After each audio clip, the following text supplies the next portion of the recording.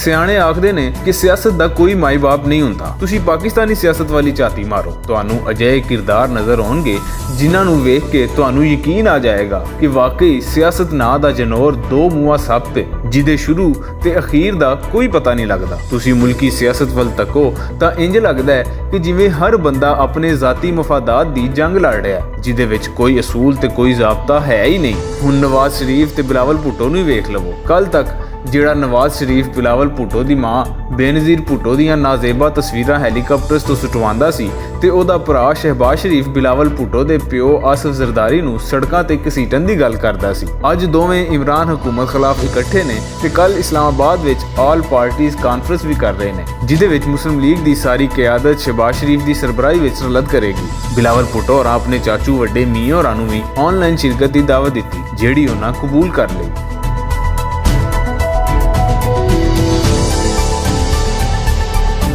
ਦੂਜੇ ਪਾਸੇ ਹਕੂਮਤੀ ਵਜ਼ੀਰਾਂ ਨੂੰ ਬਿਲਾਵਲ ਭੁੱਟੋ ਤੇ ਵੱਡੇ ਮੀਆਂ ਹੋਰਾਂ ਦਾ ਇਹ ਰਾਬਤਾ ਹਜ਼ਮ ਨਹੀਂ ਹੋ ਰਿਹਾ ਤੇ ਉਹ ਪ੍ਰੈਸ ਕਾਨਫਰੰਸ ਤੇ ਟਵੀਟਰ ਰਾਹੀਂ APC ਤੋਂ ਪਹਿਲਾਂ ਹੀ ਆਪਣੀ ਫਰਸਟ੍ਰੇਸ਼ਨ ਕੱਢ ਰਹੇ ਨੇ। ਇਹ ਸਾਰੇ ਸਿਆਸਤ ਦੇ ਖੇਡ ਵਿੱਚ ਆਵਾਮ ਵਿਚਾਰੀ ਨੂੰ ਕੋਈ ਪੁੱਛਣ ਵਾਲਾ ਨਹੀਂ।